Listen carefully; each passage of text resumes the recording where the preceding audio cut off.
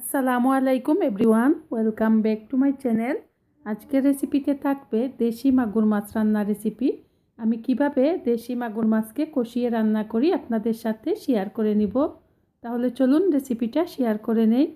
চুলায় একটা পাতিল বসিয়ে দিয়ে দিলাম 5 টেবিল চামচ রান্নার তেল। তেল গরম হয়ে আসার পর আমি পেঁয়াজ কুচি দিয়ে দিচ্ছি। আমি 1 কাপ পেঁয়াজ কুচি দিয়ে দিলাম।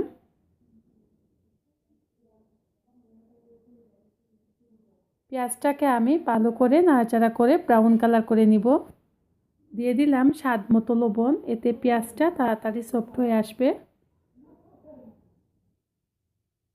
এবার দিয়ে দিচ্ছি আমি 1 চা চামচ রসুন পেস্ট, 1 চা চামচ আদা পেস্ট।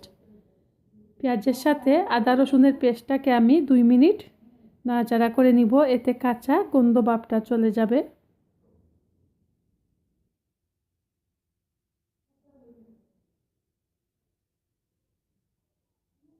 দিয়ে দিচ্ছি 1 চা চামচ হলুদের গুঁড়ো।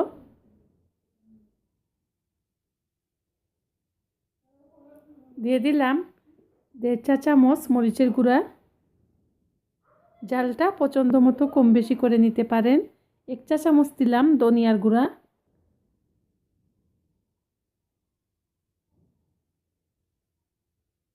হাফ চা চামচ দিয়ে দিচ্ছি ভাজা জিরের গুঁড়া।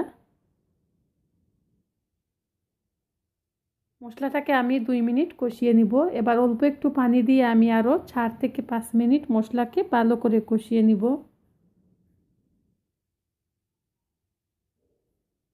মশলা কষানো হয়ে গেছে, এবার আমি দিয়ে দিচ্ছি মাছগুলো। দেশি মাগুর মাছকে না ভেজে এভাবে রান্না করে দেখবেন, এর স্বাদটা অনেক গুণ বেড়ে যায়।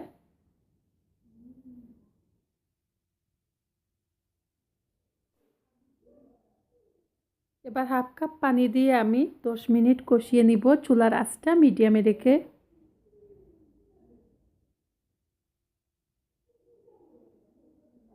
10 মিনিট কষানোর পর দিয়ে দিচ্ছি 7-8টি কাঁচামরিচ।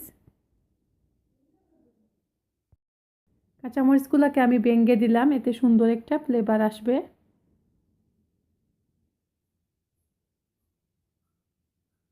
এবার আমি দিয়ে দিচ্ছি চুলের পানি। আমি 1 কাপ চুলের পানি এড করে নিলাম।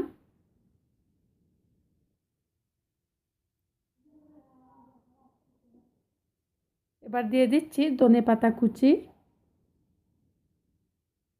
এই মাছটা রান্না করতে 20 থেকে 25 মিনিট সময় লাগছে। আর চুলার আঁচটা মিডিয়ামে রেখে মাছটাকে 10 মিনিট কষিয়ে নিলে মাছটা খেতে খুবই ভালো লাগে।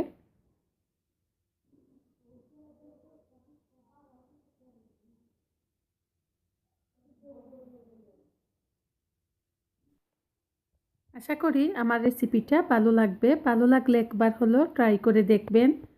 আমার রেসিপিগুলো যদি ভালো লাগে প্লিজ আমার চ্যানেলটাকে সাবস্ক্রাইব করে পাশে থাকা বেল বাটনটি ক্লিক করে দিবেন। লাইক দিবেন, কমেন্ট করবেন, শেয়ার করবেন। এই তো হয়ে গেল দেশি মাগুর মাছ ভুনা রেসিপি। নতুন রেসিপি নিয়ে আবার দেখা হবে। তাহলে আজকের মতো বিদায়। সবাই ভালো থাকবেন। আল্লাহ হাফেজ।